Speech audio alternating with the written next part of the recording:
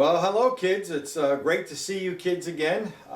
I've really missed not being with you the last week, and then of course tonight we're not going to be getting together over at the church, but this will be our first try at doing our Awana 7 Seas talk from my living room.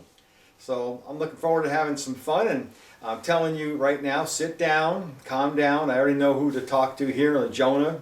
Sit down, Jonah, leave shall be alone. And whoever's over by the light, I'll tell you when you can shut the light off, okay? Well, as you know, every week we start with what books. And if you're at home and your parents are watching, and here's your chance to show them how much you've learned. So what book do we start with every week? Very good, the history book of the Bible. And if your parents have never seen one of these talks before, this is kind of the pattern it follows every week. And there are 7 words that we use that are kind of like Bible glasses. And by using these 7 words, we can look at any subject and look at it through the lens, our Bible lens, like Bible glasses of the Bible. And so here we go. Let's see if you kids have forgotten this by being home for a couple weeks now. But here, I'm going to point at the screen. At home, you go ahead and say those 7 words. Are you ready?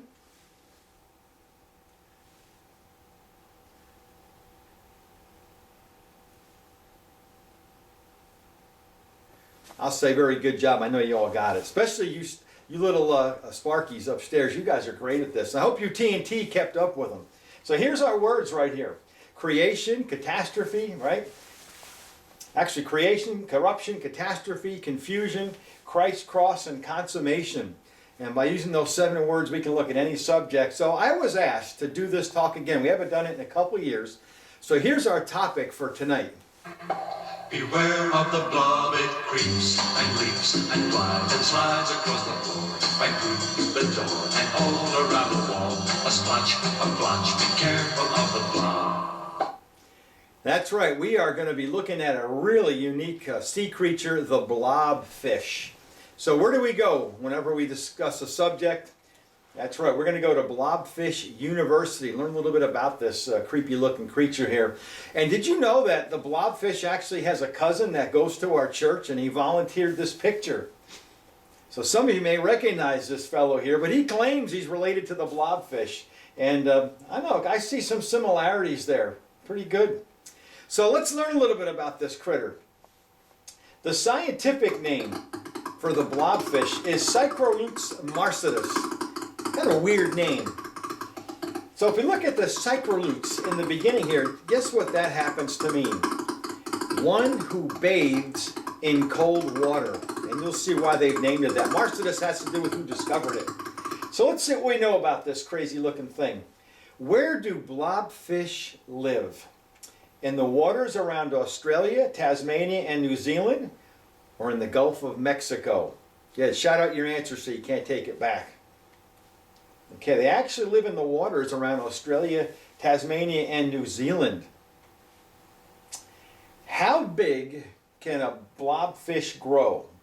The size of a football, about 3 feet long, or 6 feet long? What would you say? Looks like the average size of a blobfish is about the size of a football. All right, here's an interesting one. How deep do the blobfish live in the ocean? About 50 to 100 feet below the surface? 200 to 500 feet below? Or way down there, 2,000 to 4,000 feet below? 2,000 to 4,000 feet below. The pressure down there is so great that if you or I were down there, it would squish us 2 times over. It would easily crush a can. And now you can see why they're called a critter that bathes in cold water, because it tends to be pretty cold down there. True or false? Blobfish have very strong bones that help them handle the pressure in the deep ocean. So think about that, with all that water pressure bearing down on them.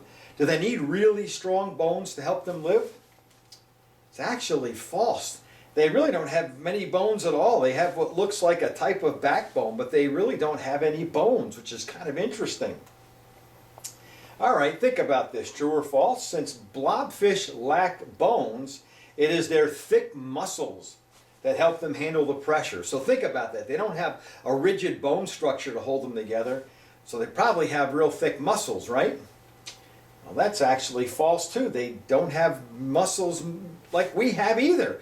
They're kind of made of a substance that's kind of like jelly. So if you think of like grape jam or strawberry jam, the substance they're made of is very similar to that. All right. True or false? Blobfish are even bigger and blobbier in their natural habitat. So if we were to go way down 2,000, 4,000 feet below the ocean surface and we were to see blobfish swimming around, would they be bigger and blobbier down there than we see them when we catch them, like in this picture here? Actually, it's false. They're actually smaller.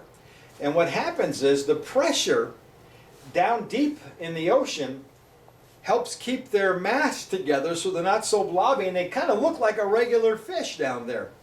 But when they come to the surface without all that pressure, and that's how they're designed, they kind of spread out like a big blob. And get this, the fish you see here in Lake Michigan or in the streams or the ponds around here have what's called a swim bladder. It's kind of like a balloon they have in their body, and that's how they can regulate how they go up and down in the water. Well, the blobfish doesn't have that because he doesn't care about going up or down. He wants to stay down. So he pretty much is made of the same stuff, almost very similar in density to the water itself. He can just float around down there. Doesn't have to worry about floating to the surface. So we don't have a whole lot of films of these creatures in their natural habitat, but there are some. And here's a cousin to the blobfish called the blob sculpin. Kind of looks a lot like him. So this is what you might see a blobfish looking like if you were to go down in the deep ocean. Not quite so ugly down there. Got a big fat mouth too. Look at the mouth on that critter. He's shy too. Look at it. Camera comes. Doesn't want to come out and get too close. Here's an even better one here. There, you'll actually see two. There's one here and one here. Most notable thing for me about them is their giant mouth, but what you're seeing them do right now is pretty typical, sitting and waiting since they're ambush predators. Yeah, they don't move Maybe much. the octopus. I wonder if the octopus wants the eggs. So here you actually see a patch of eggs that was laid by a female. Hundreds and hundreds of them, and she's right there guarding her eggs. I don't think we can zoom in that far, Bob. We got it pretty close where you could see the individual eggs. They only think about 1 out of 100 of those eggs actually will grow to adulthood. Most of them will be eaten by like predators like octopuses or things like that. But that's our blobfish, some facts about it. So let's think of creation with a critter like this. What day would God have created a creature like the blobfish? Okay, call it out loud. That's right, day 5. Flying creatures and sea creatures. And think about this. In the beginning, when God created everything, the creation was very different than it is now. And in Genesis 1:29 and 30, we're told what everything, including the blobfish, we're supposed to be eating. And here's God talking to Adam at the end of Genesis chapter 1, verses 29 and 30. He says, "See, I have given you every herb that yields seed, which is on the face of all the earth, every tree whose fruit yields seed. To you it shall be for food. Also to every beast of the earth, to every bird of the air, to everything that creeps on the earth, in which there is life, I have given every green herb for food," and it was so. So if this applies to the sea creatures, which you assume it does, they would have been eating sea plants. Today we've got some pretty nasty creatures in the ocean, like the great white shark. You wouldn't want to be swimming around that thing when it's hungry. But back then, things were eating plants. And God looked at his creation, and at the end of day 6, he called it what? Very good. A very different creation than we're used to today. We have sickness like this coronavirus, which is why we're home tonight, and different bacteria and diseases. And I'm even looking at you through these glasses because of things aren't the way they used to be. Back then, very good. Nobody would have needed glasses and no carnivorous, venomous, hostile activity in the initial creation. Well, we know this. Not that long after God created everything, some things changed. In fact, everything changed. When you look at the creation, the corruption happened. And as you recall, the parents of the human race, whom all of us are related to, Adam and Eve, they had disobeyed this command that God had given them to not eat of one tree, the tree of the knowledge of good and evil. And the devil in the form of a serpent came and tricked Eve and talked her into eating this fruit, which she knew she wasn't supposed to. And that was sin. It was the very first sin committed by human beings. And her husband Adam went right along with her and disobeyed God. And because of that, God put a curse on the entire creation. And the book of Romans tells us that the whole creation groans and travails in pain together until now. Diseases, death, bloodshed, glasses. The entire creation was affected by this. And when we think about our blobfish, if it was eating plants back then, well, the diet is very different now. Small crustaceans and mollusks and things like shrimp and what have you. Its diet has changed. We don't know what predators it has because we really haven't observed it very much in the deep ocean. It may not have any down there. But here's one thing that does happen. The way we learned about them is deep sea trawlers were using nets along the bottom. And they brought some up, and that's how we discovered them. And of course, when you take a blobfish out of its natural high pressure environment and it comes to the surface and blobs out, it dies. And there's just, again, shows you another effect of the curse is death itself. And what happened then, about 1,600 years after the creation, the catastrophe takes place. And what happened is God saw the wickedness of man was great in the earth, and that every intent of the thoughts of his heart was only evil continuously. As God looked at the creation, as the population grew, the people were becoming more and more ungodly, forgetting about God and listening to him and doing what they wanted to do, and they became extremely wicked. It says that God found a family headed by a man named Noah, right? And the Lord said, I will destroy man who I have created from the face of the earth, both man and beast, creeping thing, birds of the air, for I am sorry that I have made them. But Noah found grace in the eyes of the Lord. And Noah built a boat. Now you parents, if you're there, cover your ears, because this is what the boat looked like. Right, kids? No, we see too many pictures like this, and it's because of pictures like this, a lot of folks don't take the Bible seriously. But we know what the ark looked like, or at least the basic shape, and it was nothing like that. That would not have survived the flood. And in Genesis chapter 6, we get some insights into the basic shape and design of the ark. And God told Noah, make for yourself an ark of gopher wood, make rooms in the ark, and cover it inside and out with pitch. This is how you are to make it. The length of the ark, 300 cubits. So you think about that. A cubit, roughly the distance between the tip of a man's finger and his elbow. And that's going to be between about 18 and 24 inches, depending on the human being. But that's going to come out to about 510 feet. That's an awfully large ship. All right? Its breadth or its width, 50 cubits. Where is Jaden? Jaden, you know this one. How big is that? Go ahead, tell everybody. 85, right? 85 feet. And then lastly, how tall was this ship? 30 cubits. Who knows this one? Go ahead, call it out. 51 feet. So this was a very large ship. It was not like that thing we saw with the comic there. Just to compare it to some things we'd be familiar with today, a 747 jet, the ark would have been longer. And here's the Titanic, a metal ship, over half the length of the Titanic. And it actually was more seaworthy because we know what happened to this one. And the ark survived a year in a global flood. Here's something else we learned. Set the door, okay, of the ark in the side and make it with lower, second, and third decks. So again, this is a ship that had 3 levels to it. And if you've been to the ark down in Kentucky, which I highly recommend that you do, you get a good idea of what this is like. The size is just immense. And here's something else that's added. Cover it inside and out with pitch. It was waterproofed.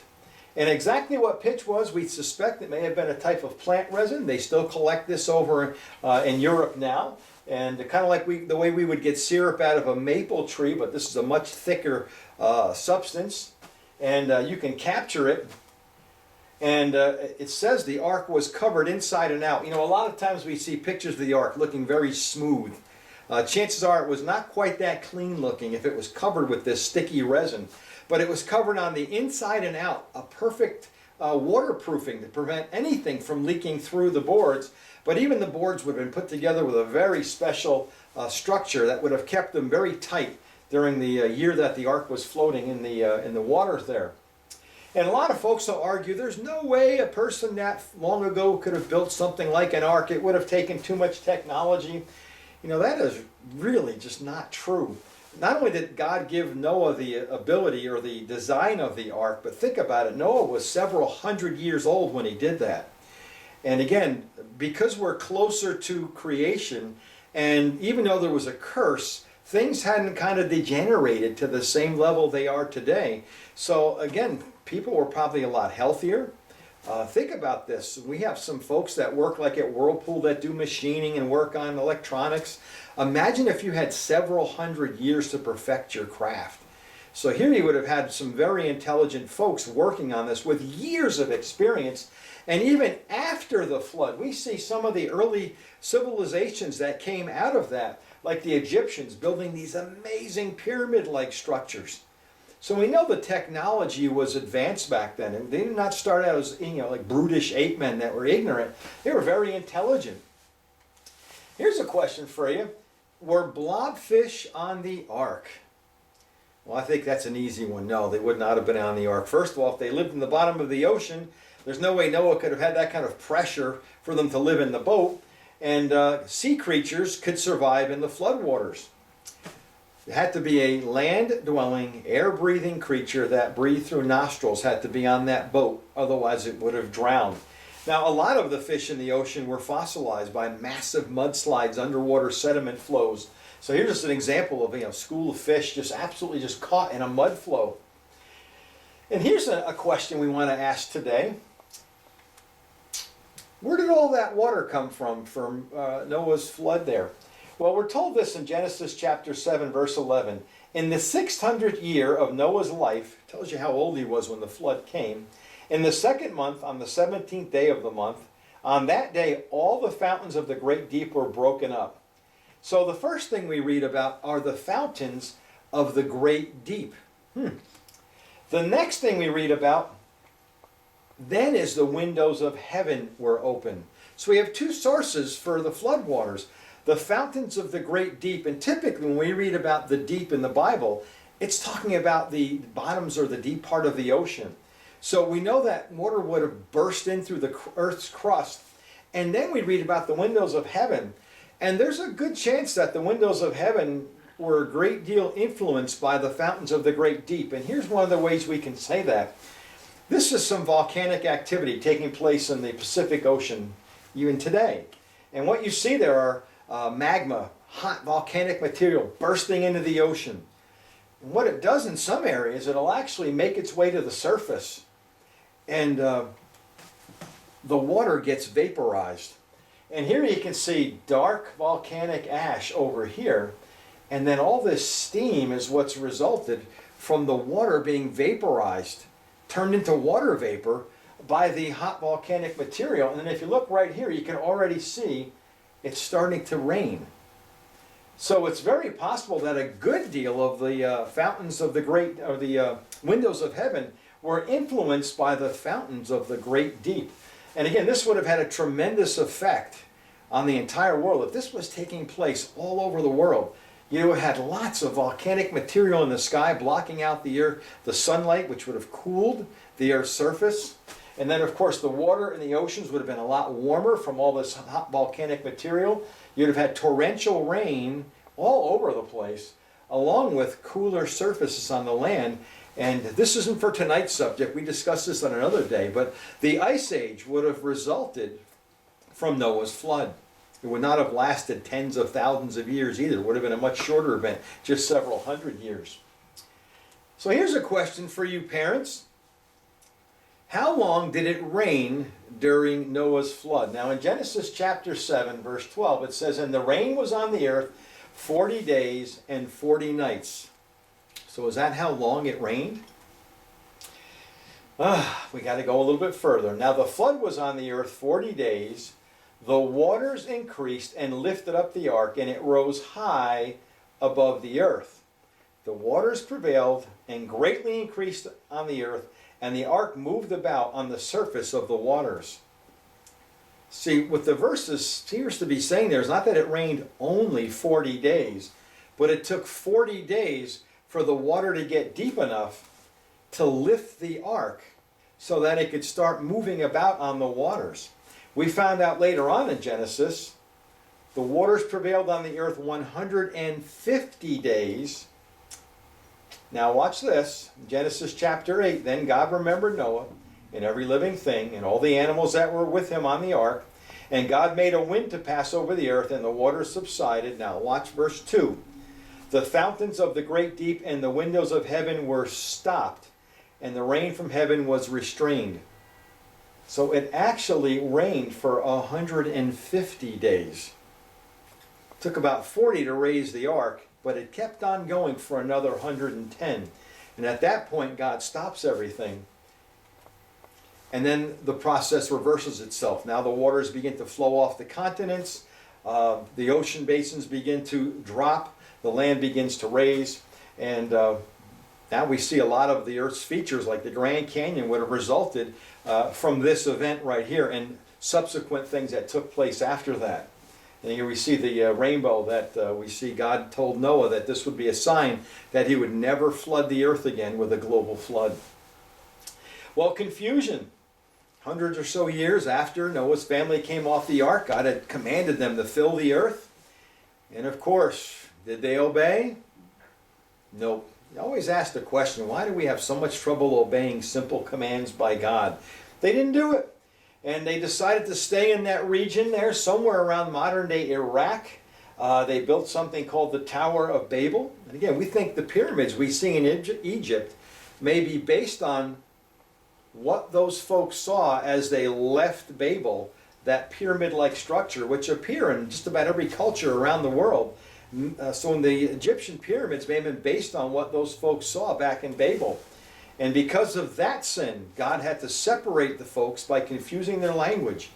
And again, all at once, new language families, it was only one language that time, which we don't know what it is or was, are created. They can't communicate. And the Bible doesn't tell us, but it says how he did it, but he scattered them. And he caused the cultures to expand over the earth. And here we see Noah's Ark would have been right in this area near the mountains of Ararat in Turkey. And again, Babel would have been somewhere near modern-day Iraq, and we can kind of follow the course that folks would have traveled to get out of that region. And I always tell the kids, when you think of, like Lake Michigan, for example, we think of catastrophe, we think of the flood. That's why we have Lake Michigan. When we hear people speak different languages, it should remind us, brings us back to the book of Genesis, when God had to confuse the languages because of sin and disobedience. Just a great way to use the 7 C's to think about what we see today. Well, 2,000 years ago, Jesus Christ, the very creator of the universe, who created the blobfish, steps into human flesh and lives among us for 33 years. And when he was 30 years old, he began preaching and teaching and healing people and proclaiming that things were going to change, and he was offering something. And 3 years later, we found out what that was. He offered himself as the ultimate sacrifice for sin and gave his life on the cross. And so, I'm doing it here. We do it every week. And for you Sparkies, pay attention to this, because you'll be coming into this when you move on up into the TNT. But I've been doing this now for the past 3 years. I think it's very important that people know what the gospel is. And there is 2 verses in one particular book that I call the gospel in a nutshell. And if you ever want to tell somebody exactly what the gospel is, here's the best biblical definition I can find. So kids, what verse have we looked at each week that explains exactly what the gospel is? So call out the book. That's right, 1 Corinthians. There's a chapter in that book. That's right, 15. Now Jackson, sit down. All right, because Jackson, I know you're probably saying you'll say the whole thing. Take your time, we'll get there. And what verses in chapter 15 of 1 Corinthians? Verses 3 and 4. Now Jackson, if you want to say it to your folks, go ahead and say the whole thing. But here we go. Who can remember from memory? There's 3 parts to this. You ready? Part 1. All right. Christ died for our sins according to the Scriptures. Part 2. Go ahead, say it. That's right. He was buried. And we always ask, why was he buried? Because he was dead.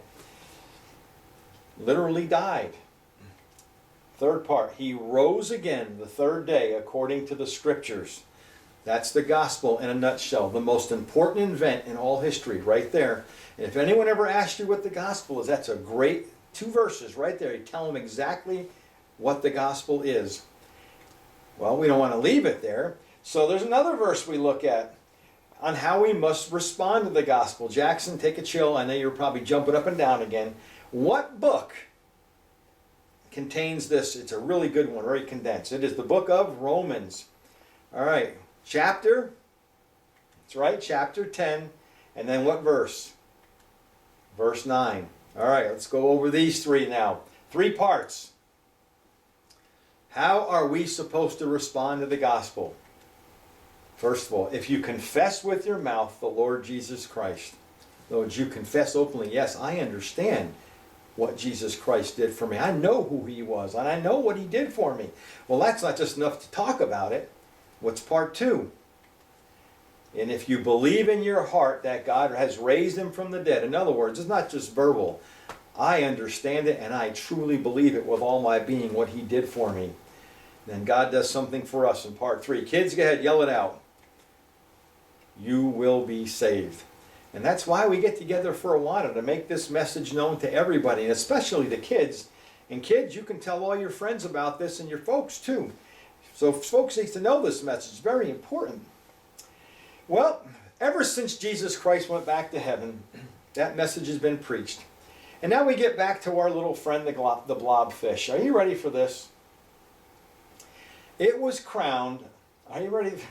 The world's ugliest animal after a public vote. There's actually a group that keeps track of this, and they call it the world's ugliest animal.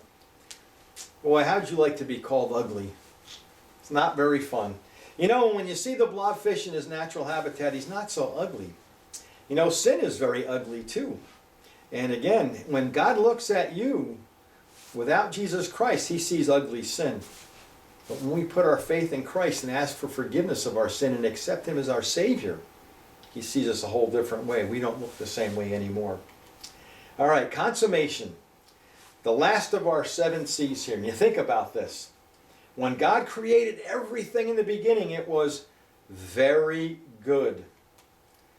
Well, then the corruption took place when the first human beings disobeyed God and sinned, and God put a curse on the creation because of our sin. And ever since that happened, death, sickness, disease have ruled the world until today. And like we hear about this virus going on today, is all a result of the curse. But the good news in Christ is that someday, when Jesus returns, he's going to remove that curse, and the creation's going to be very good again. Now, getting back to our blobfish, well, I don't have the best news for him. And the Apostle John, looking forward into the future, says this: I saw a new heaven and a new earth, for the first heaven and the first earth were passed away, and there was no more sea. Well, we always hope there's an aquarium that has high pressure in it if we want to see our friend the blobfish again. But here's the really good news. I'm not worried so much about the blobfish as I am worried about you. And you Sparkies, you say this verse all the time, and I think we should say it as we close, okay? John 3:16, let's say it together. For God so loved the world that he gave his only begotten Son, that whoever believes in him should not perish, but have everlasting life. Our prayer for you here at Midway Baptist is that you have done this, that you have believed in the Son of God, and that you have everlasting life. So God bless you. Maybe have some good discussion about this. I look forward to talking to you again next week. Stay safe and stay healthy. Good night.